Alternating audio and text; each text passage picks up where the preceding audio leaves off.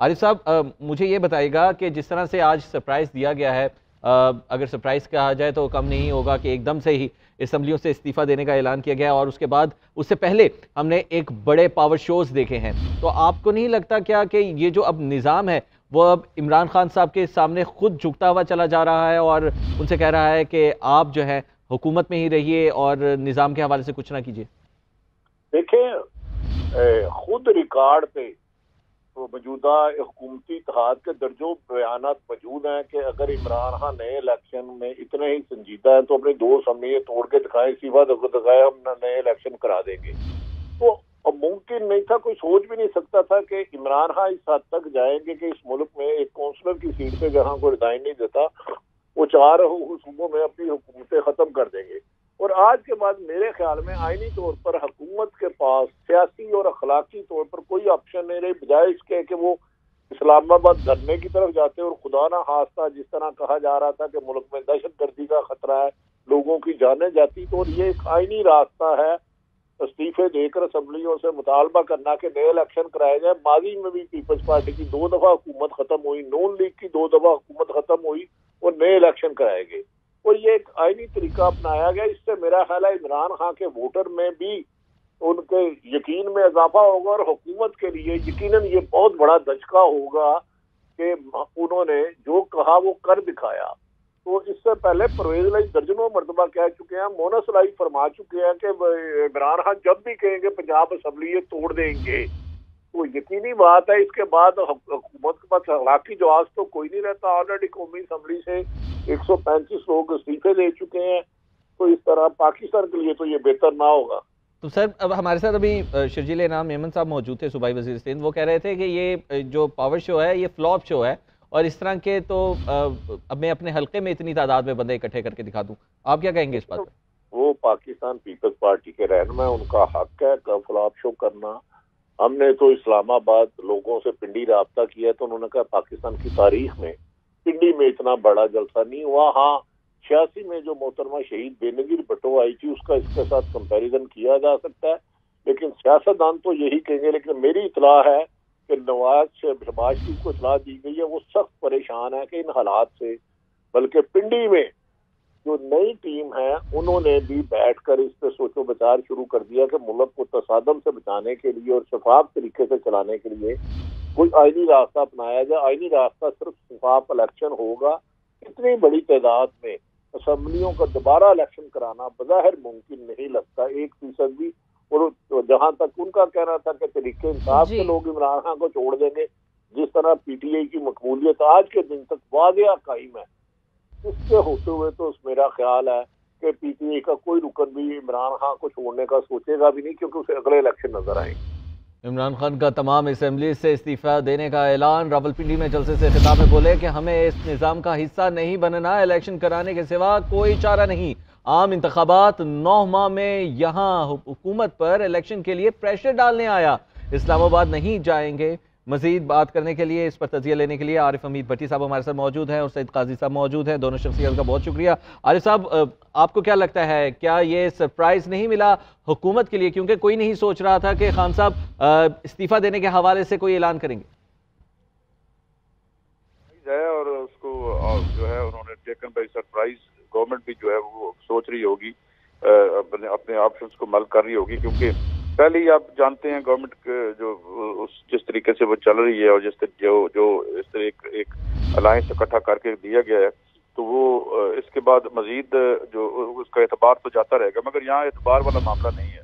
यहाँ पर तो ये अपनी कन्वीनियंस देखेंगे। ये किसी भी जो है कोई असूल ज़ाब्ते वाली कहानी या कोई अखलाकी प्रेशर वाली बात नहीं है। यहाँ पर तो सिर्फ एक प्रेशर होता है और वो है अवामी प्रेशर। और वो जो अगर आप एक तहरीक की सूरत में कुछ कर सके तो कर सके, जिस तरह हम 68-69 में हमने देखा था। तो इसलिए लेट्स सी, अभी तो क्या वो इस्तीफे अमली तौर पर देते हैं, फिर ये आपको ये भी पता है कि ये इस्तीफे रोक लेते हैं, स्पीकर पर होता है। स्पीकर साहब चले, पंजाब में तो स्पीकर उनके हैं, खैबर पख्तूनख्वा में भी इनके ही हैं, आज़ाद कश्मीर में भी हैं। लेकिन बात ये है कि वो फिर जाएंगे, इस्तीफे जो हैं वो इलेक्शन कमीशन के पास ही जाएंगे। तो वो वहाँ पे जिस तरीके से मामलात हो रहे हैं वो आपके सामने है। तो एक लॉन्ग बैटल है खान साहब की। बहुत बड़े बड़े मगरमच्छों से उन्होंने जो है वो एक तरह से उनका सामना है उनको। तो वो लेकिन बहरहाल खान साहब भी हम जानते हैं, उनकी जिंदगी को हमने देखा है कि वो भी अपने धुन के पक्के हैं और वो ये इलेक्शन हर सूरत में लेना चाहते हैं। इलेक्शन तो उन्हें मिलेगा, मगर मेरा ये ख्याल है कि इलेक्शन जितने अर्सा उन्हें नहीं मिलता उनकी पॉपुलैरिटी इसी तरह बढ़ती रहेगी। जी ठीक है, कायर साहब ये कहेगा कि आज दिन भर हमने देखा काफ़ी गहमा गहमी रही ओवरऑल, अगर पीटीआई की जो कारकर्दगी थी आज के हवाले से और इस पूरे लॉन्ग मार्च के हवाले से, आपको क्या लगता है कि आज जो आउटपुट मिला, अवाम की सूरत हाल जो सामने आई, जितना क्राउड, मैसिव क्राउड हमें देखने को मिला, पीटीआई इतना एक्सपेक्ट कर रही थी या एक्सपेक्टेशन से ज़्यादा ये क्राउड निकला आज पीटीआई के लिए? सूबाई वजीर शर्जील इनाम मेमन साहब हमारे साथ मौजूद हैं, उनसे इस बारे में बात कर लेते हैं। शर्जील साहब, पहले तो आपकी जानिब से भी सवालात उठाए जा रहे थे कि असम्बलियाँ क्यों नहीं तोड़ी जा रही, जो सूबाई हुकूमतें हैं उनको क्यों नहीं ख़त्म किया जा रहा। आज इमरान खान साहब ने यह भी ऐलान कर दिया, तो किस तरह से देख रहे हैं सियासी सूरत हाल को और आप लोगों की क्या आगे हिकमत अमली होगी इस मामले में? बिस्मिल्लाह, शुक्रिया जी। मैं समझता हूँ कि इमरान खान का हर ऐलान सिर्फ झूठ और झूठ होता है। उस ऐलान के बाद उन्होंने आखिर में ये कहा कि मैं अब पार्लिमानी पार्टियों से बात करना शुरू करूंगा। तो इसका मकसद ये है कि अभी तक उन्होंने किसी से मुशावरत नहीं की, और मैं नहीं समझता कि चौधरी परवेज इलाही जो है वो इमरान खान को इस असेंबली तोड़ने में मदद करेंगे। तो सिर्फ ये गीदड़ भक्तियां हैं, और ये सिर्फ एक दफा जिस तरह हमेशा झूठ और यूटर्न लेते हैं इमरान खान, इस पर भी मैं इसको झूठी गीदड़ भक्ति समझता हूँ। मैं समझ उसको जल्दी ये यूटर्न ले लेंगे। ठीक है, शर्जील साहब ये कहेगा कि इससे काबिल खान साहब ने नेशनल असेंबली से विड्रॉ करने का ऐलान किया और उन्होंने कर दिया। चले, ये कहना अभी कब्ज़ वक्त है कि आगे वो विड्रॉ करते हैं कि नहीं, अभी वक्त लगेगा ये देखने में। अगर ऐसा हो जाता है तो उसके बाद पाकिस्तान पीपल्स पार्टी और जो इत्तेहाद है डेमोक्रेटिक अलायंस, उसकी क्या स्ट्रेटेजी होने जा रही है इस हवाले से? देखिए जी, आइन में बहुत सारी चीजें, ऑप्शन मौजूद हैं, और समझदार प्लेयर अपनी स्ट्रेटेजी संभाल के रखता है, वो इतने ओपन नहीं करता। तो अगर इमरान खान में अगर संजीदगी की ऐलान में, तो पहले ये काम करके फिर आज जलसे में आ रहे होते। उनको पता है कि ये उनका कहनी अलग बात है, लेकिन उनके पार्टी के लोग तो उनकी अब नहीं सुनते, तो और वो भी इतने बेवकूफ नहीं कि इमरान खान के कहने पर इस तरह का किसी को आगे लेता है। शर्जील साहब, ये बताएगा आज के पावर शो के हवाले से आप क्या कहेंगे, क्योंकि जो इमरान खान साहब हैं और बाकी जो पीटीआई के कायदीन थी, उनकी जानिब से जो बड़ा इत्मीनान का इजहार किया गया है कि बहुत ज़बरदस्त किस्म का पावर शो किया गया है, तो पीपल्स पार्टी इस पावर शो को किस तरह से देखती है?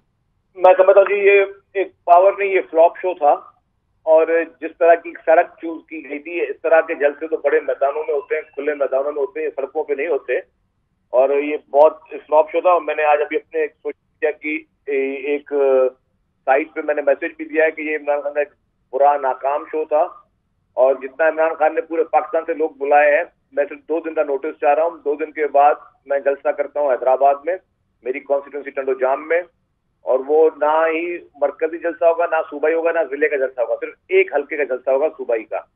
उस एक सूबाई हल्के के जलसे में मैं इंशाल्लाह ताला इमरान खान का डबल शो करके दिखाऊंगा आपको, और सिर्फ 2 दिन की मैं टाइम दे रहा हूँ।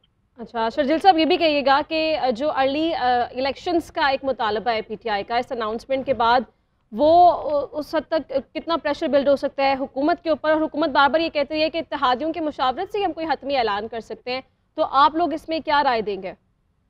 मैं समझता हूँ ये कुछ नहीं है, जिस तरह इमरान खान हमेशा सनसनी और झूठ फैलाते हैं, ये भी झूठ और सनसनी है।